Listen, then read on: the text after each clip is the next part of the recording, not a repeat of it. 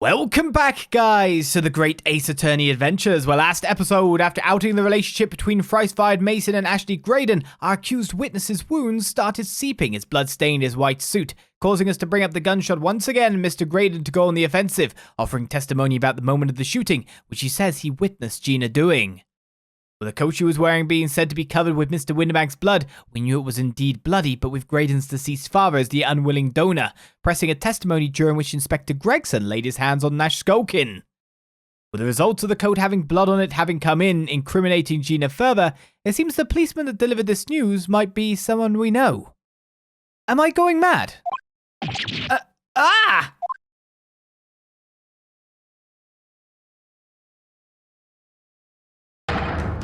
Mr. Sholmes! What is the meaning of this? Order! Order! Order! What business do you have here, detective? Last I heard, you were recuperating in hospital. As well I would be, had I not been set upon an errand. What errand? Hurley, it's really you! You're awake at last! Yes, good day, Iris. I appear to be rather late to rise. My apologies. Now, my lord, if you will humor me. In what manner, sir? I have something of great importance I wish to give to the young lawyer over there. I need no more than 5 minutes. Would you be so kind as to spare us the time? What say you to this, Lord Van Zeeks? This trial has taken many hours of the court's time, having spent so long already. Exactly! Having spent so long already, we don't want to go waste any more precious time.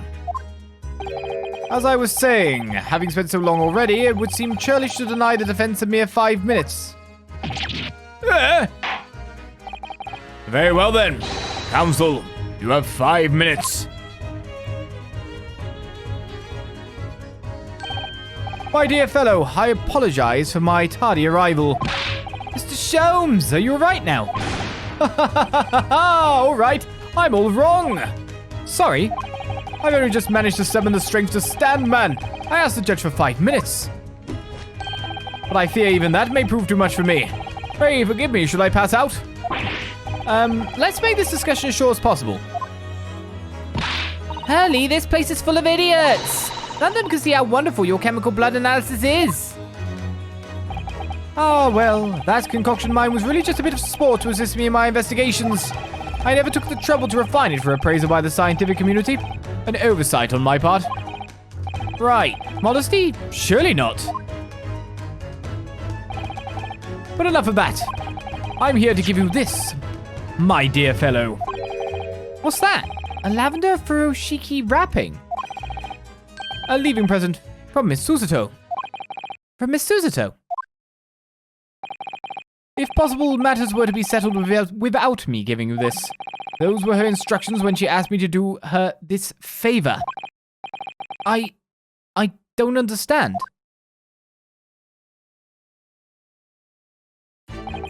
Miss Susato foresaw today's events, I believe. She knew that the culprit would attempt to escape justice by means both devious and underhand. And that you, Mr. Naruhodo, fighting fairly as you are wont to do, would find yourself in considerable peril. At that very moment of crisis, you were to be given this small parcel. Those were the dear lady's instructions. A leaving present from Susato-san. Whatever could it be? What is this? Oh, it's the machine I made. The cat flap one. Ah!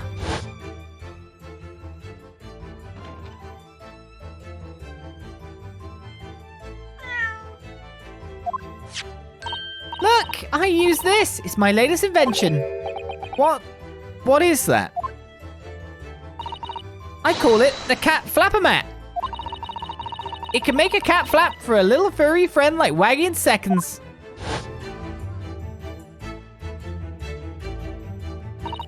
What's Susie up to?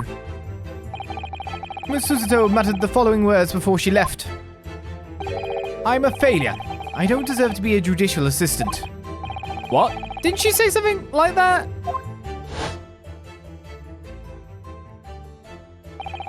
You really are the best judicial assistant in the world. Well, that's extremely flattering. But I'm sorry to say that I've been a complete failure.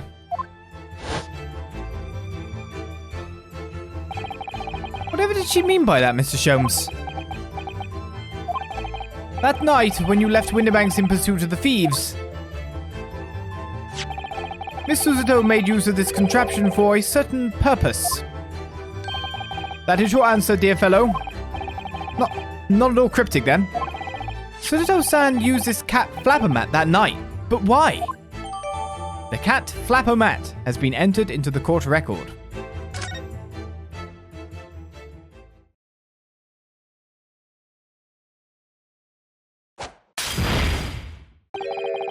Your 5 minutes is over. We're out of time already.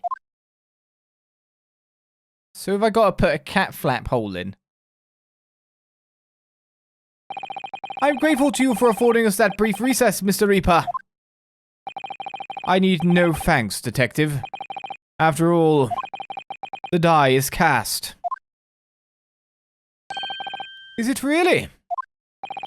The jurors are unanimous in their leanings. No doubt my learned friend will consider a summation examination. But any attempt to alter the verdict now would be utterly futile. I wonder... Mr. Naruhodo! Yes? The rest is down to you, dear fellow. What is your plan? The rest is down to me. I need to be careful here. If I make a wrong move, the trial will end badly. My lord, a defense requests. I mean, by the sound of it, a summation examination is the wrong answer. We've never been to 3. 3 is what we'd go to at this point in time. Time to think is a useless answer? What? Because, like, I literally can think right now. I don't have to press a prompt. There's no timer. Summation examination would send us in there with the jury, but I don't know. I mean, we obviously need a summation examination, actually. Isn't the only option here a summation examination? Because if we don't, then the verdict is done. Now, I'm just wondering, of the testimony we got, what could we actually use the cat flapper mat on? It's great. We've got this invention. It could put holes in things in a horrible way. Can I make it somehow put a hole in just his arm, like the costume, without, like, ripping up the human being? These are the questions right now.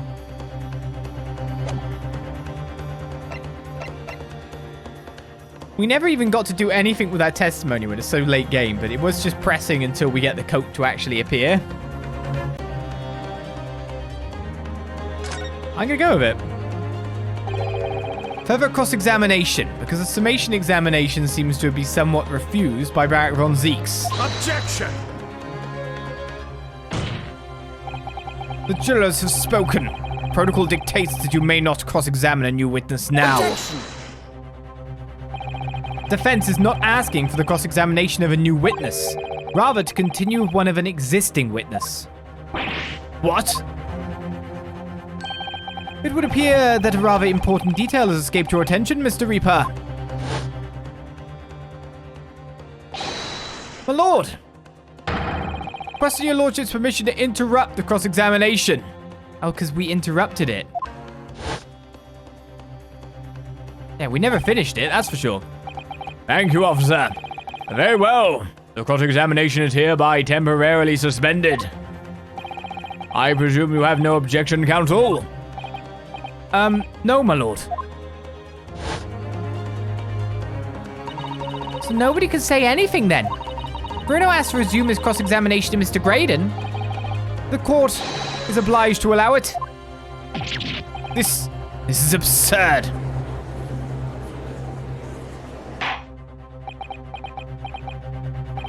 I would remind those present that this is my courtroom. I concur that the defense is entirely within its right to request the continuation. of the cross-examination. However, I will not permit an unremitting protraction of these proceedings. Therefore, I have decided to afford the defense one final opportunity in concluding the cross-examination. Counsel, you must choose but one statement from the witness's testimony, and but one piece of evidence to present in support of your argument against it. A single chance to present evidence. If following that, the situation remains unchanged, I shall move to adjudication. Is that clear, counsels? We will not press the witness any further. Really? My lord. Yes, my lord. A single statement and a single piece of evidence. Most generous. Well then, Mr. Naruhodo, it's high time I fell in a dead faint. I leave this in your capable hands. Whoa, whoa, whoa, he went down. Mr. Sholmes!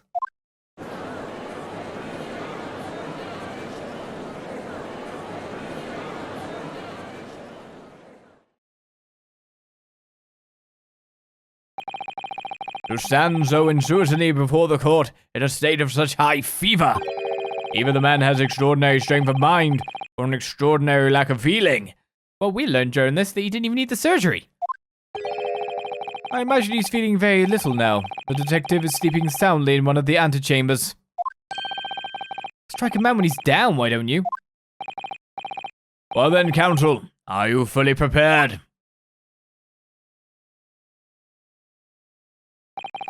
Yes. One statement, one piece of evidence. I won't let Mr. Sholmes down. Or Iris.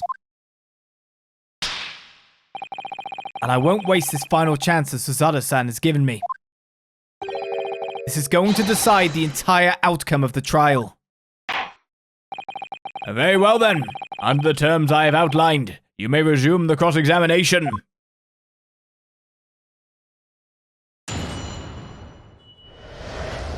The moment of the shooting again. So we can't press. And we get music. It feels like final momentary, doesn't it? While these ruffians were jostling with the broker, I was still near the entrance to the shop. When Winterbank threw Nash over the counter, I felt a sharp pain in my arm. Can I really not press? I pursued the man, but he shut himself in the storeroom. I could see him through the peephole in the door, though. The accused in a black coat shot the man in the back as he was trying to flee to safety. I saw the blood spatter all over that wretched girl. Then she tossed the gun out of the peephole, so I picked it up and made my escape. Okay. So, I have no clue what I'm doing. If I press, do I get a penalty?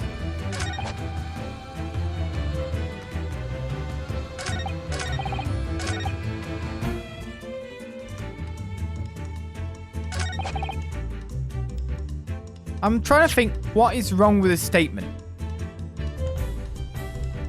Wait.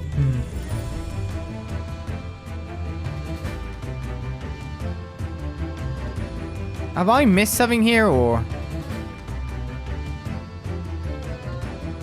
Is our intention here some other way? That we're not supposed to be fighting fair?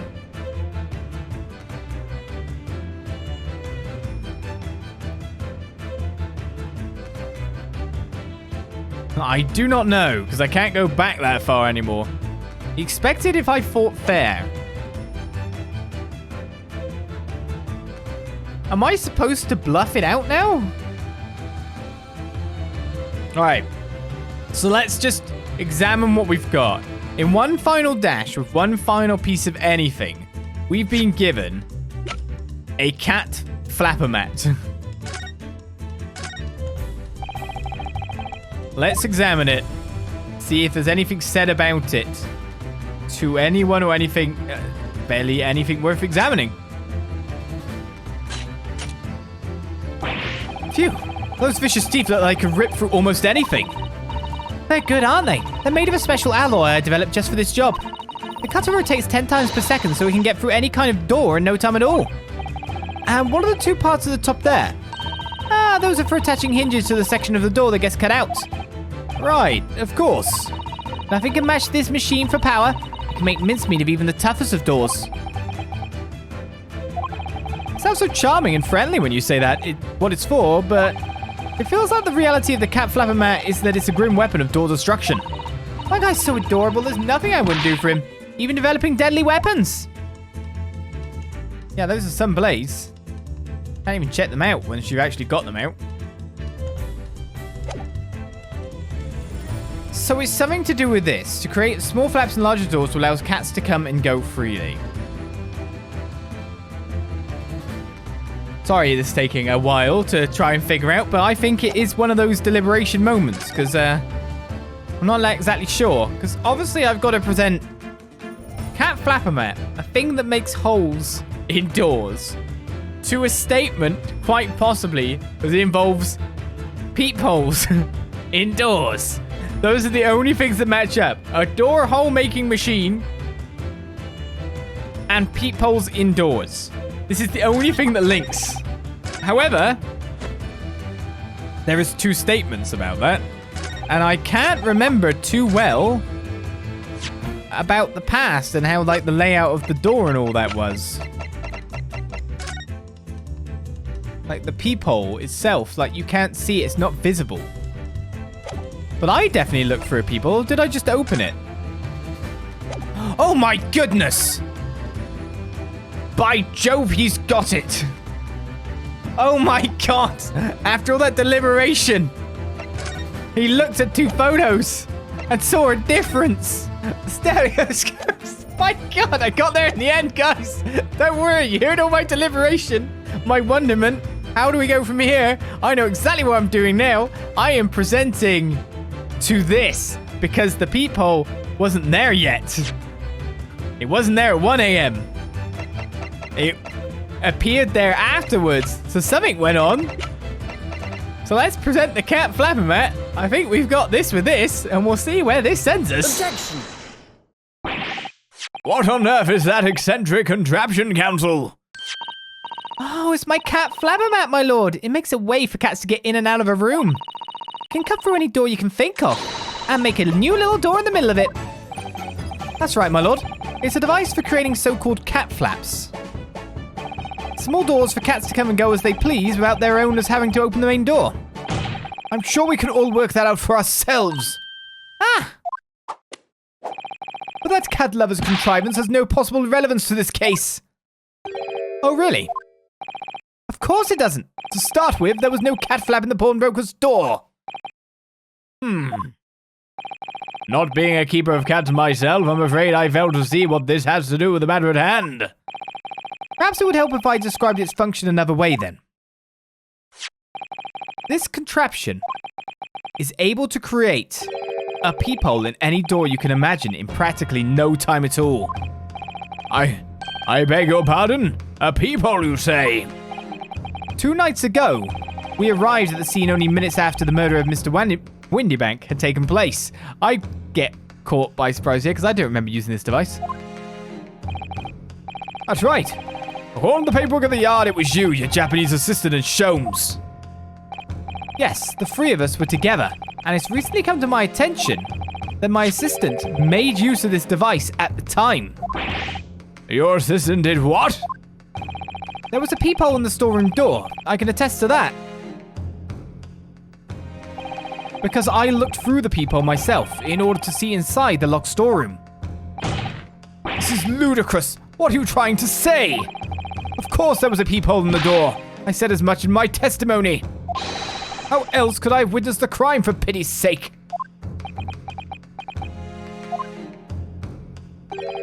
Yes, how could you? What? Counsel, kindly say what you mean. All right, it's time. Time to strike the final blow. What I mean is this, my lord. My assistant made the peephole in the storeroom door, and until such time as she did, the door had no hole in it to look through. What? No! Objection! This is a farce. Are you really suggesting that the peephole in the door was... Yes, it was created only after the incident had taken place by my judicial assistant using this device. Your assistant tampered with the crime scene whilst being fully aware of the gravity of her actions? That is a most serious act of vandalism.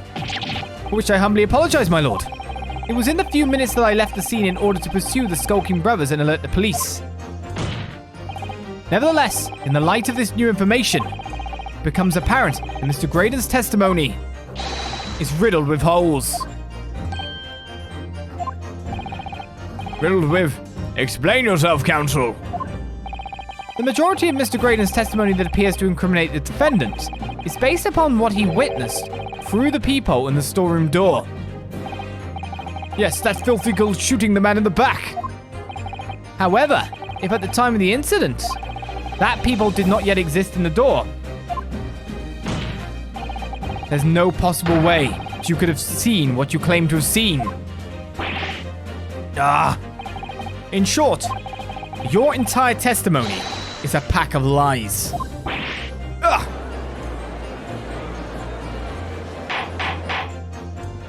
Order! Order! Order! Is there any credence in this revelation? Objection! None whatsoever, as my learned friend must surely realize. Exactly! This is just some cheap trick designed to discredit me. I'm afraid not, sir. Of course it is. Do you seriously expect people to believe that plaything can cut through a solid wooden door? Oh yes, I designed it to be very powerful. It can cut through even the toughest of doors. That's absurd. I don't believe it for a second. Aha! I had a feeling you'd say that.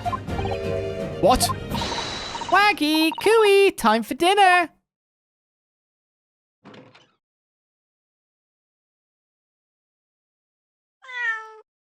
Hi, why are you here? Well? Ah! Young lady, this is the Old Bailey. One does not make cat flaps in the oak paneling at the Old Bailey.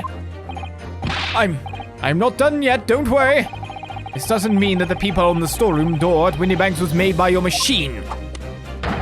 And there's no way you can prove that it was. No, but it's easy. What? The cat flaps my cat flappermat creates are all of a fixed size, and the dimensions of the peephole at Windybanks are an exact match. Ugh! Oh, Silky's lost for words. Excellent work, Iris. Thank you. And now it's my learned student friend's turn to be lost for words, I feel. I believe your judicial assistant has already left the country for your Eastern Island home. Well, yes, that's true. Then you may have some difficulty in establishing all of the facts. And for the sake of argument, let us assume the peephole has dimensions that are a perfect fit for this contraption. In that case, when was the peephole cut? The prosecution demands proof of your answer. Ah! What is the purpose of your line of inquiry, Lord Van Zieks? It's very simple, my lord. The defense argues that the peephole was created after the incident using this device. But now the perpetrator has returned to her native land, she cannot testify to the fact. There is no proof. And for as long as the defense remains unable to prove when the peephole was made, my learned friend's claim amounts to nothing more than a baseless accusation. What? Indeed, that is so, Lord Van Zieks. Well, counsel. Don't give up now, Runo. This is the time to create your own opening and force your way through. I don't know if I can do this, but I do know one thing. Suzato-san is the greatest judicial assistant in the world. Very well. The counsel for the defense will present evidence to support the claim made. Proof that the peephole in the door of Windybank's storeroom was created after the event and not before. So obviously...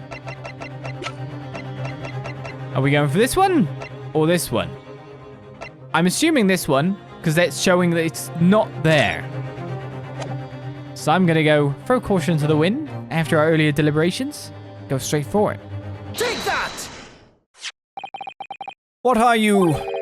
A print from that detective's infernal cameras again.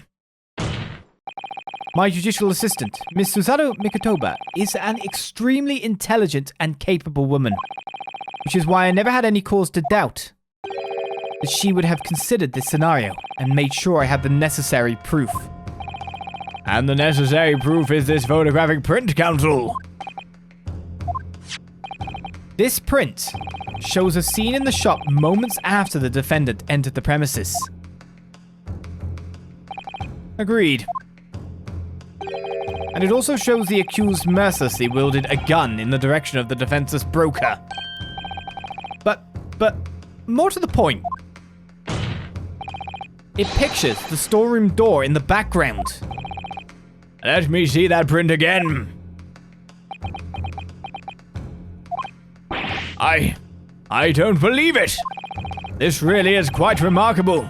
The door to the storeroom is completely devoid of a peephole of any description. Ah! Mr. Graydon, you couldn't possibly have witnessed the crime as you claim to have done, because at the time it happened, there was no peephole in the door. Ugh! In other words, your testimony is a catalogue of lies. Ugh! Ugh! Ah!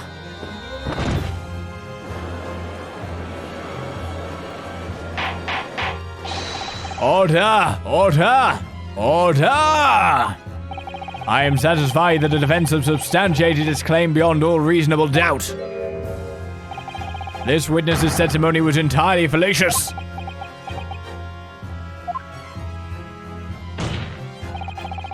That's not the only thing we now know beyond all reasonable doubt. My learned friend's assistant's guilt can no longer be denied. The woman tampered with a crime scene. But more importantly, Good Lord, there's more Lord Van Zieks? a defense may have established a reprehensible instance of perjury, but that is no proof that this man is the victim's killer. Yes, that's right. What? I was there at the scene. It's true. And I was shot in the arm. It's true. But that's all. Yes, in fact, if you look at the circumstances, I am the victim here. Oh, please. No! I don't believe this. But they're right. As it stands now, I don't have any definitive proof that he is the culprit. Still, he can't worm his way out of it now. Iris, you know what they say? There's no point locking the cat's door after the cat has bolted. Isn't that right, Bruno? As Hurley always says. One lie begets another. No, wait. That might have been a line I wrote for him in one of my stories.